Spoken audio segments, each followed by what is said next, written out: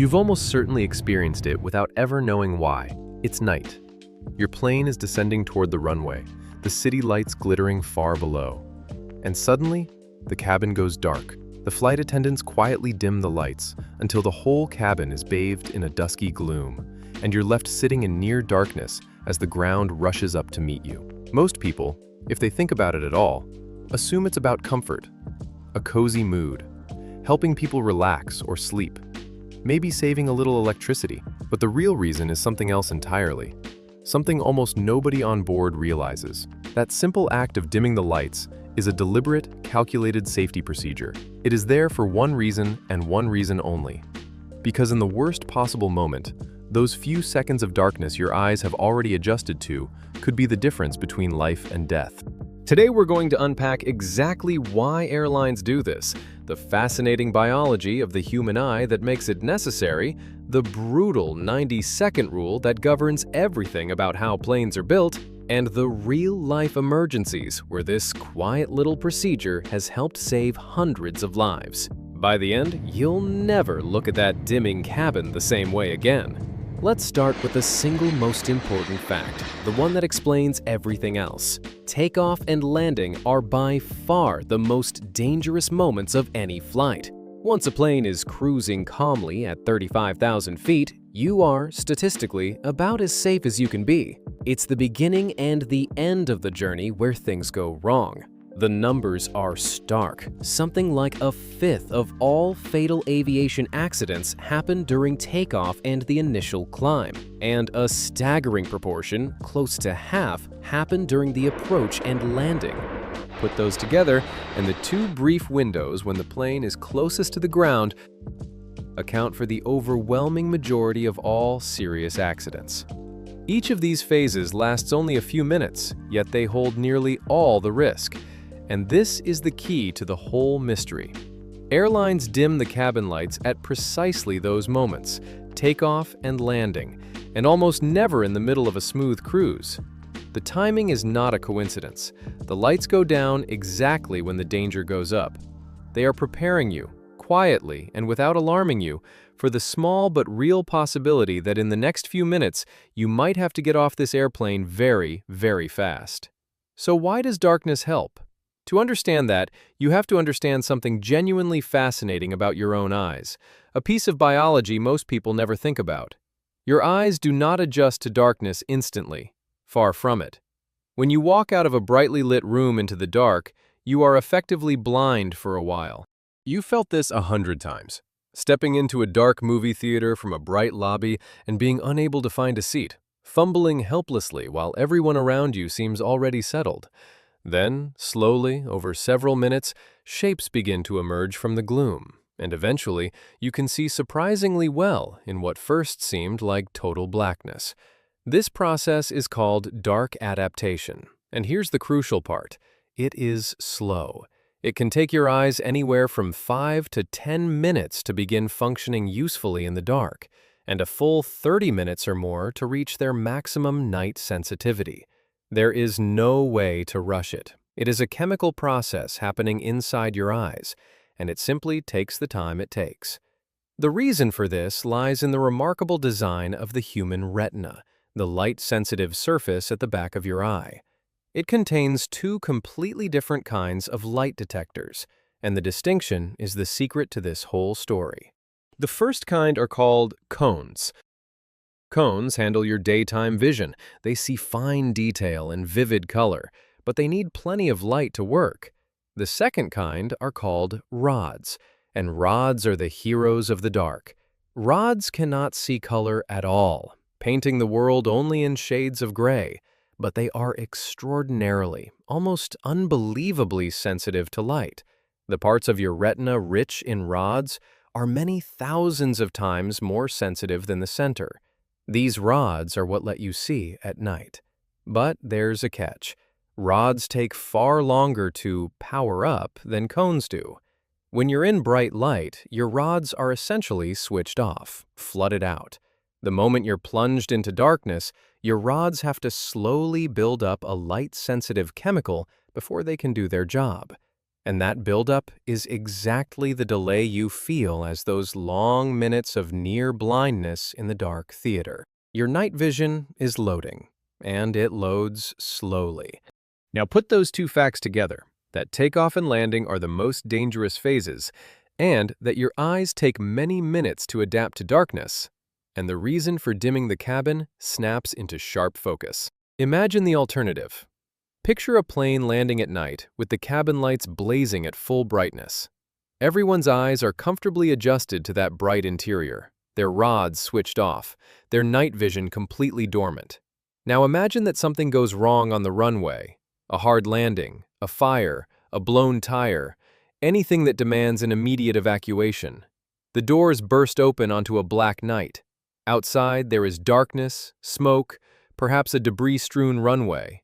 And every single passenger who steps toward that exit from the bright cabin is, for those critical first minutes, effectively blind, eyes overwhelmed, unable to make out the slide, the ground, the hazards, the people ahead of them. In an emergency where you have 90 seconds to get everyone out, minutes of blindness is a catastrophe. People would stumble, freeze, pile up, and panic in the dark. Dimming the cabin solves this elegantly and invisibly. By lowering the lights well before landing, the airline gives every passenger's eyes a head start on adapting to the dark. By the time the wheels touch the ground, your rods have already begun to wake up. Your night vision is already partway loaded. If nothing goes wrong, which is almost always the case, you simply landed in a pleasant, dim cabin and never gave it a thought.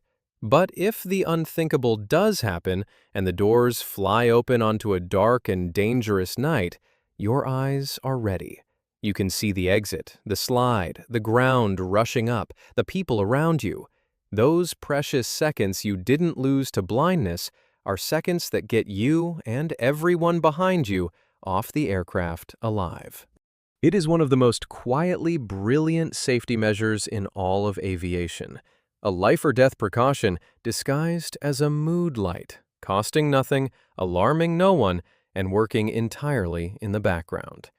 This also neatly explains something you may have noticed yourself, that this whole ritual happens at night, but rarely during the day.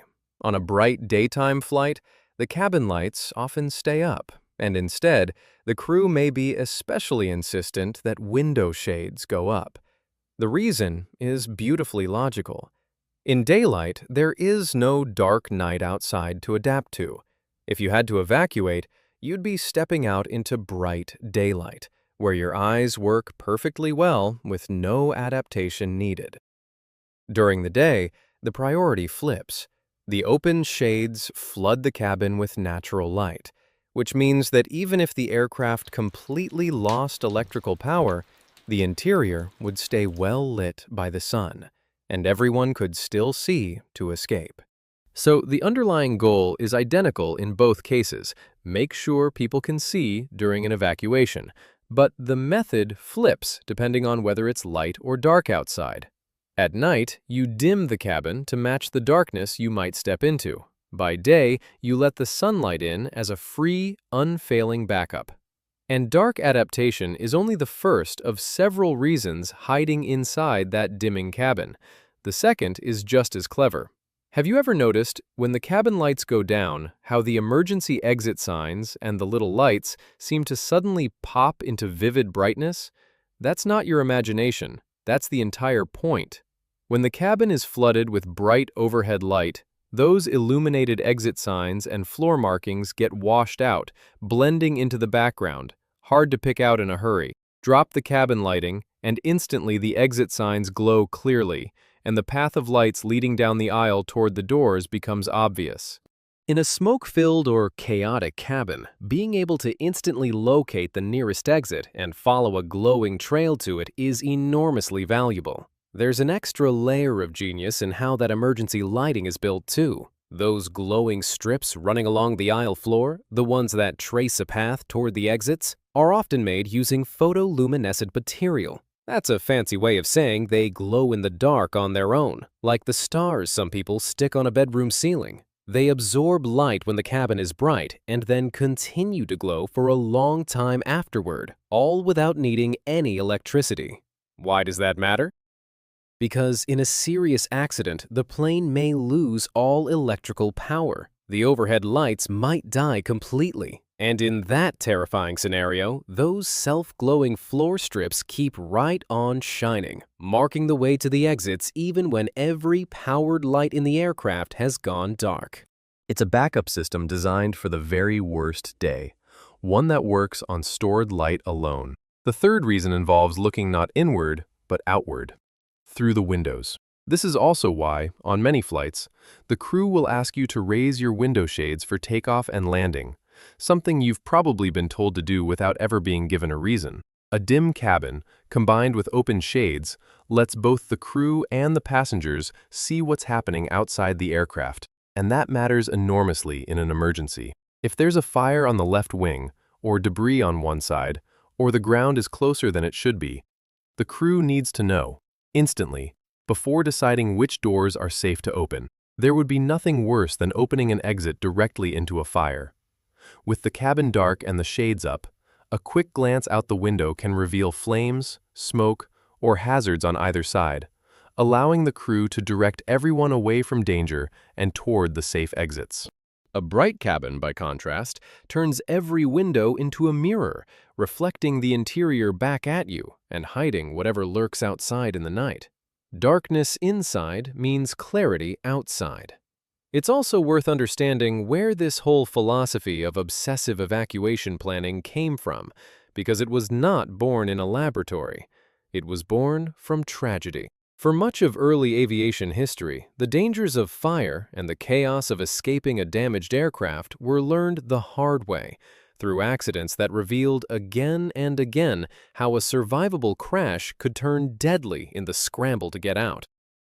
Investigators studying these accidents kept finding the same heartbreaking pattern: people who survived the initial impact only to be unable to escape in time.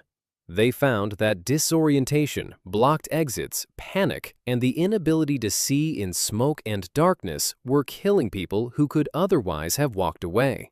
Each of these disasters became a grim lesson, and those lessons were slowly written into the rules. The illuminated exit signs, the floor-level escape paths, the fire-resistant cabin materials, the strict limits on how far any seat can be from an exit, the very 90-second standard itself, all of it emerged from the painstaking analysis of what had gone wrong before.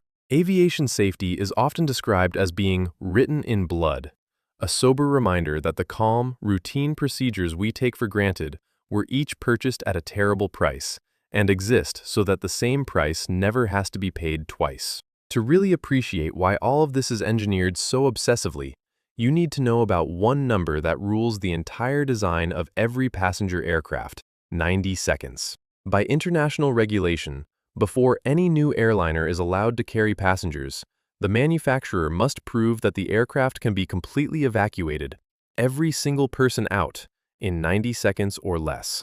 And here's the brutal part. They have to prove it under deliberately harsh conditions, with half of the available exits blocked, to simulate a real accident where some doors can't be used. 90 seconds. That's all the time you'd have. It sounds impossibly short, and that's exactly the point. In a real emergency like a fire, 90 seconds can be roughly the margin before conditions inside the cabin become unsurvivable. Everything about an aircraft cabin, the width of the aisles, the height of the seats, the placement and number of exits, the inflatable slides that deploy in seconds, is shaped by the relentless demand to empty the entire plane in a minute and a half. Now you can see why blindness would be such a disaster. If passengers spent even 30 seconds fumbling in the dark because their eyes weren't adapted, that's a third of the entire evacuation budget gone, lost to a problem that dimming the lights solves completely and for free. It's worth being honest about that 90-second rule, though, because it has its critics. The standard itself is decades old, dating back to the 1960s, and the test conditions have long been questioned. In the official certification demonstrations, the volunteers are typically fit, able-bodied adults. There's no one very elderly, The cabin isn't always packed to modern densities, and crucially, nobody is grabbing their carry-on bags on the way out, something real passengers do constantly, against all instructions, slowing everyone down. In the real world, evacuations frequently take longer than 90 seconds. Studies and simulations have repeatedly struggled to hit that target under realistic conditions, with factors like older passengers and crowded modern seating pushing the time well past the limit. None of this means the rule is useless. It's a vital benchmark that forces good design. But it does mean the 90-second figure is an idealized goal, not a guarantee, which makes every time-saving measure, including the dimmed lights, even more important than it sounds. There's a reason fire in particular drives so much of this urgency. In many serious aircraft accidents, the initial impact is actually survivable. Modern aircraft and seats are engineered to protect you through remarkably violent forces. The greater killer, historically, has often been what comes after: fire and the toxic smoke that accompanies it. A fire on a fuel-laden aircraft can spread with terrifying speed, and the smoke it produces can fill a cabin and become lethal to breathe in a shockingly short time. This is the real reason behind the 90-second obsession. It isn't an arbitrary target. It's roughly tied to how long the inside of a burning aircraft might remain survivable before heat and toxic smoke make escape impossible. And it reframes the dimmed cabin lights one more time. In a smoke-filling, burning aircraft at night, the passengers whose eyes are already adapted, who can immediately see the glowing floor path and the exit signs cutting through the gloom, are the ones who make it to the door before the cabin becomes impassable. Seconds saved by adapted eyes are quite literally seconds spent breathing instead of choking. Now, you might be wondering, does any of this actually matter in real life? Are these just theoretical precautions for emergencies that never happen? The answer is a resounding no, and recent history proves it dramatically. Consider what happened at a busy Tokyo airport when a packed passenger jet collided with another aircraft on the runway and erupted into flames. The plane became a burning wreck, and yet, astonishingly, every single one of the hundreds of passengers and crew aboard the airliner got out alive, escaping down the slides as fire consumed the fuselage behind them. Investigators and aviation experts around the world were stunned by the outcome, and they pointed to the disciplined evacuation procedures, the trained crew, the clear paths to the exits, the practiced choreography of getting people out fast, as the reason a potential tragedy became a story of survival. Other evacuations over the years tell similar stories. Planes that caught fire or crashed on landing, where the overwhelming majority of people walked away precisely because the cabin was engineered and the crew was trained to get them out in seconds, not minutes. This is also why flight attendants, who many passengers think of mainly as people serving drinks, are first and foremost highly trained safety professionals. It's the single most important part of their job, even though it's the part you almost never see. They train rigorously and repeatedly for evacuations, drilling the procedures until they become automatic. How to assess conditions outside before opening a door.